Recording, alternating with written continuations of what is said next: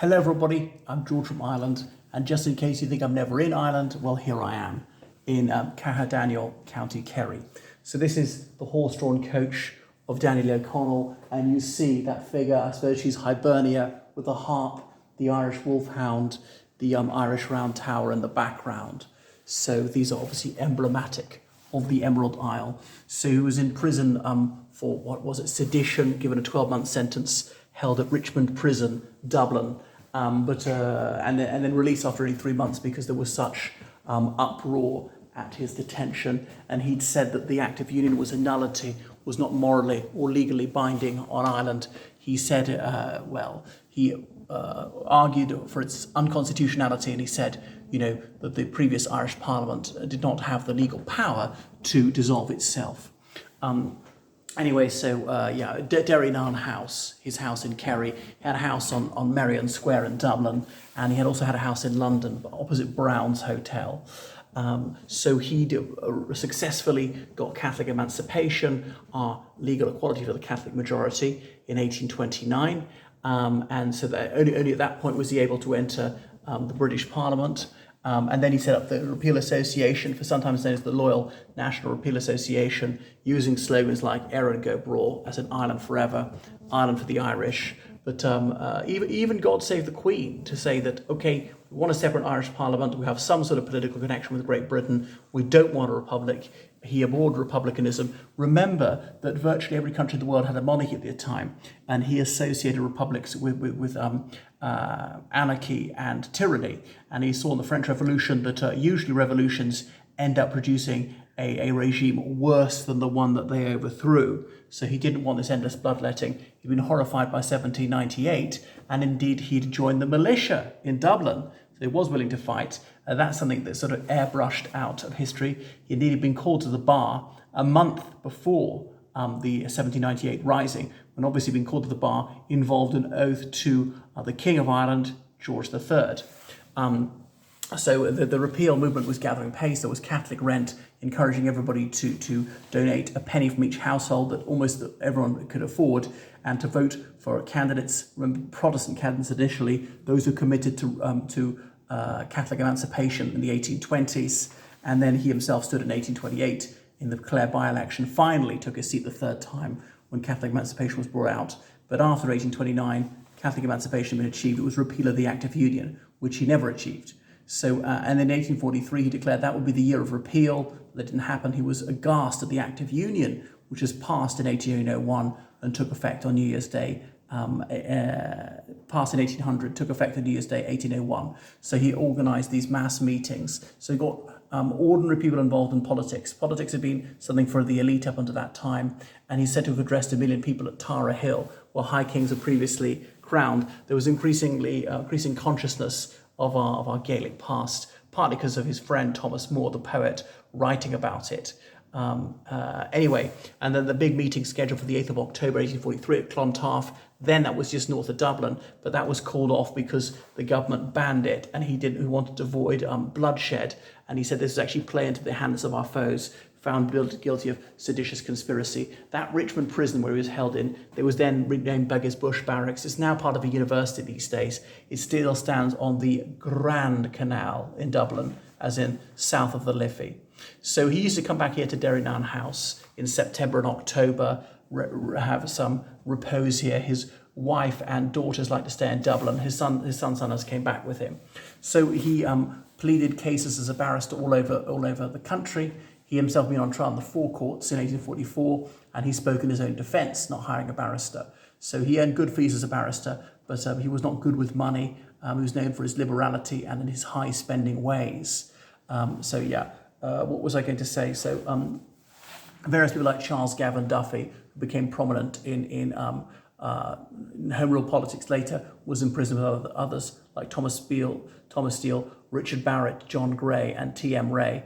Richard Barrett is not the guy who was a Fenian who was hanged for the Clerkenwell explosion, and not the Richard Barrett who was an IRA man executed in 1922. But in prison, they were imprisoned in considerable comfort, having their own cells, could wear their own clothes, didn't wear prison uniform, didn't do prison work or observe prison timetable, bring in their own furniture, and have as many guests as they wanted.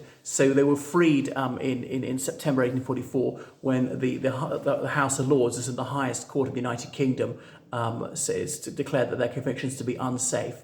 So they were paraded through the streets, and 200,000 people saw them, and that was astonishing, about half the population of Dublin. And people pulled this, not horses. So there it is, very ornate. And at the back it says repeal. So he was known as the liberator rather than Daniel O'Connell. It was his son, was young Daniel. Okay, this is meant to look like one of those Roman ceremonial chariots. See the conquering hero come, like a victorious emperor, something like that. And this empty chariot was led to Glasnevin when he died in 1847. So this is a very poor state. It was extensively renovated in 1991, and I saw it one last time I visited here in the year 2000. And there was a big celebration for the centenary of Catholic emancipation in 1829. I remember my grandfather took part in that parade, and you see the chair way up high he was, everybody could see him. Okay, and this is what he said. Remember a proclamation he issued to people, cancelling one of his rallies. Once again, I return to you with the utmost heartfelt thanks for peace, quiet, and good order you've observed. And I conjure you by the country we all love, and even in the name of God we all adore, to continue in the same peace, quietness, and perfect tranquility. And it so goes on. Attack nobody, offend nobody, injured no person, no riot, no tumult, no blow, no violence, and so forth. So he adored the placidity and the majestic beauty of being here in his native Kerry. He liked hunting with his hounds, catching hares and so forth, and seeing the Atlantic rolling not far away. When his wife died relatively young, and she's buried in the ruined abbey, which is on an island. I think the island's only an island for a few days, for a few hours a day. At low tide, you can walk across. I've not been to it, but as I pointed out, he himself died at Genoa, Italy, en route to Rome. He wished to be blessed by Pope Pius IX. And he eventually said the difference between an Englishman and Irishman is that Englishmen are Protestant and Irishmen are not. And so some Irish Protestants felt he was saying that they weren't Irish, would it be bad if there was a repeal of the Act of Union, an Irish Parliament was re-established. So he became increasingly religious as he got older. That was not unusual at the time, cramming for finals, people thinking, where do we go when we die? And he'd wanted secularism, but some of the Catholic episcopacy said, no, we must have a state religion. Most countries have a state religion. Catholicism being the religious denomination of perhaps 75% of Irish people, surely they must be recognised as the official form of Christianity in Ireland. But he never actually endorsed that, but there was always a suspicion this would happen. And that's when some people in Ulster began saying Ulster or part thereof would have to be excluded from repeal were that to happen. The partition of Ireland was then mooted, but he wasn't anti-Protestant. He'd had Protestant friends. Indeed, he'd been vital to him in his early career, and indeed holding property on behalf of his family when the law wouldn't allow, Catholics to give most of their property to one son.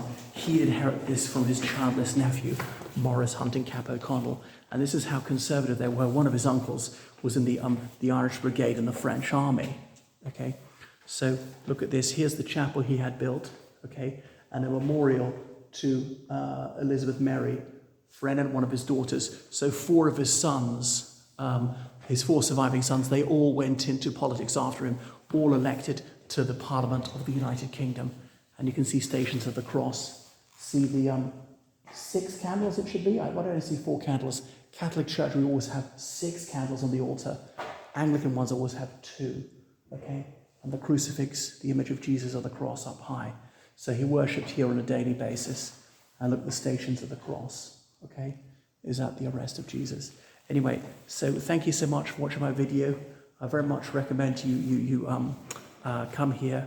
So, and Pope Gregory XVI, he gave an indulgence to anyone who prayed here. It was a portable altar he could take with him.